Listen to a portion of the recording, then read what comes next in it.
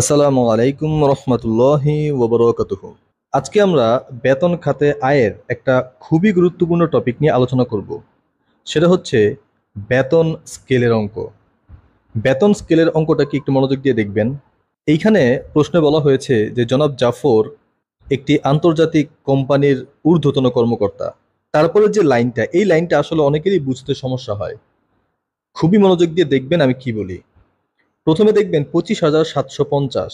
এই যে প্রথম যেই অ্যামাউন্ট, এই প্রথম অ্যামাউন্ট দিয়ে বোঝায় তার চাকরি যখন শুরু হয়েছে তখন তার বেতন শুরুতেই হবে, আমরা বলি না স্টার্টিং স্যালারি, স্টার্টিং স্যালারিটা হবে 25,750। এরপরে এই যে দেখবেন গুণ চিহ্ন, গুণ চিহ্নর আগের একটা অ্যামাউন্ট এবং গুণ চিহ্নের পরে একটা অ্যামাউন্ট। এই গুণ চিহ্নের আগের যে অ্যামাউন্ট, এইটা দিয়ে বোঝায় যে প্রতি বছর 1,000 টাকা করে বৃদ্ধি পাবে, এবং গুণ চিহ্নের পরে এই যে অ্যামাউন্ট মানে 9, এই 9 দিয়ে বোঝায় 9 বছর পর্যন্ত বৃদ্ধি পাবে। মানে সে 25,750 টাকায় তার চাকরিটা শুরু করবে এবং প্রতি বছর 1,000 টাকা করে তার বেতন বাড়বে এবং 9 বছর পর্যন্ত মানে 9,000 টাকা বেতন বাড়বে। সুতরাং 9 বছর পরে তার বেতন হবে 34,750। সে শুরু করেছিল 25,000-এ, 9 বছরে বেতন বেড়ে 34,000 টাকায় হবে। এখন এরপরে 2 নম্বর লাইনে দেখেন, 2021 সালের 30 জুন তার মূল বেতন ছিল 28,750। প্রতি বছর তো 1,000 টাকা করে বাড়ে। বর্তমানে মানে 2021 সালের 30 জুন তার মূল বেতনটা হচ্ছে 28,750।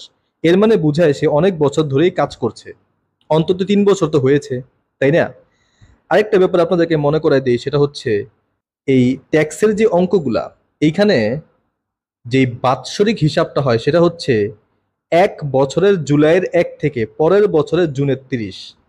যেমন ধরেন 2020 সালের জুলাইয়ের 1 থেকে 2021 সালের জুনের 30 তারিখ, এই যে 12 মাস, এইভাবে হিসাব করা হয়।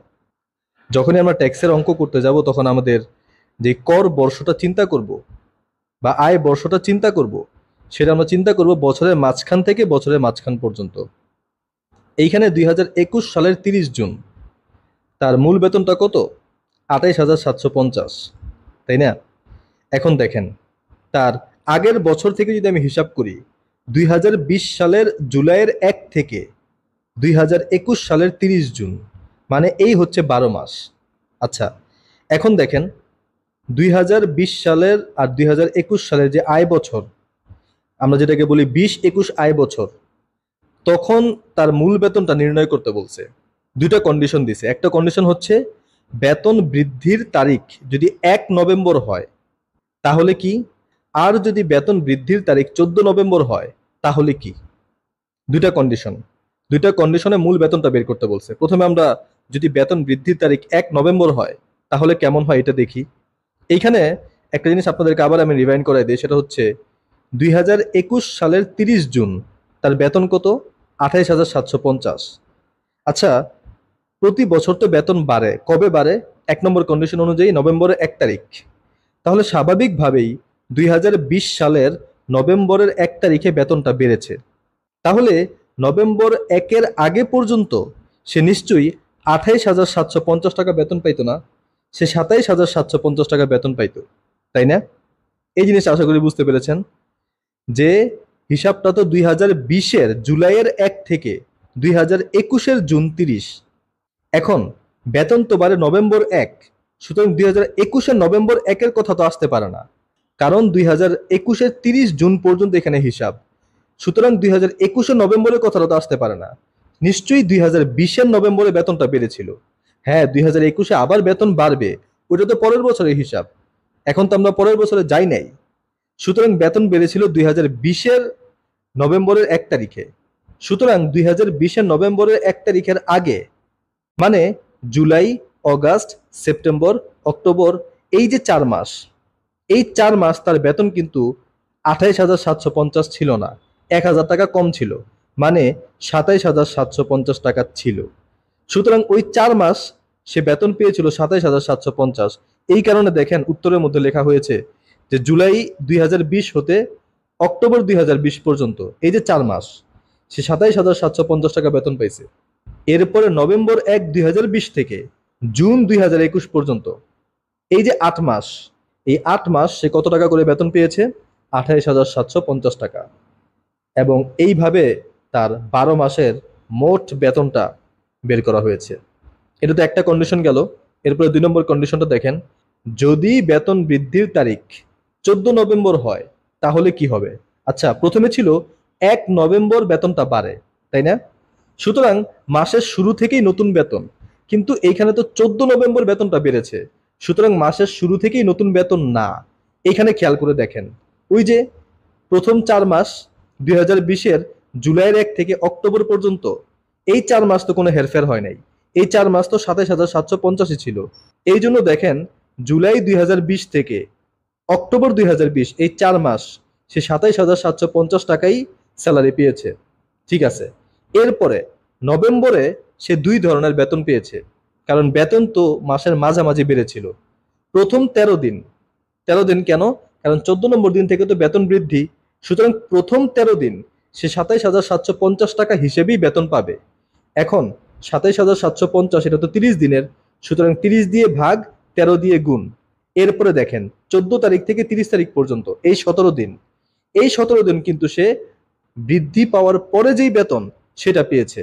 খেয়াল করে দেখেন, 28,750 এটা কিন্তু সারা মাস না, নভেম্বরে সারা মাস না কিন্তু।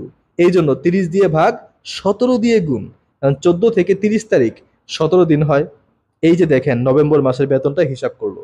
এরপরে ডিসেম্বর থেকে জুন পর্যন্ত এই যে 7 মাস, এই 7 মাস তো ওই যে নতুন বেতন 28,750, এই বেতনেই সে মূল বেতনটা পেয়েছে। আশা করি বুঝতে পেরেছেন। এরকম আরো একটা অঙ্কের ছোট্ট একটা অংশ আপনাদেরকে দেখাবো, যেখান থেকে আপনারা এই বেতন স্কেলের ব্যাপারটা নিয়ে আরো একটু বুঝতে পারবেন, এবং আপনাদের জন্য ওই অংশটা হোমওয়ার্ক থাকবে। এখানে বলা হয়েছে যে 15,000, এরপরে 1,000 গুণ 4, এই যে গুণ চিহ্নের আগে যে 1,000, এই 1,000 মানে কি প্রতি বছর 1,000 টাকা করে বাড়বে, এবং গুণ চিহ্নের পরে যে 4, এই 4-এর মানে কি কত বছর পর্যন্ত বাড়বে। তার বেতনটা শুরু হয়েছিল 15,000 থেকে, এবং আগামী 4 বছর প্রতি বছর 1,000 টাকা করে বৃদ্ধি পাবে। মানে আগামী 4 বছর পরে তার বেতন হবে 19,000 টাকা। শুরু করেছিল 15-তে এবং প্রতি বছর 1,000 করে বাড়বে, এমন করে 4 বছরে 4,000 বাড়বে, মানে 19,000 টাকা হবে। এরপরে দেখেন আরেকটা লাইন, আবার গুণ চিহ্ন, গুণ চিহ্নের আগে কত? 1,500, এমন করে 3 বছর পর্যন্ত বাড়বে। তার বেতন যখন 15,000 ছিল, তখন আগামী 4 বছর পর্যন্ত 1,000 টাকা করে ইনক্রিমেন্ট ছিল। তো 1,000 টাকা করে ইনক্রিমেন্ট হওয়ার পরে 4 বছরে 19,000 টাকা হইল।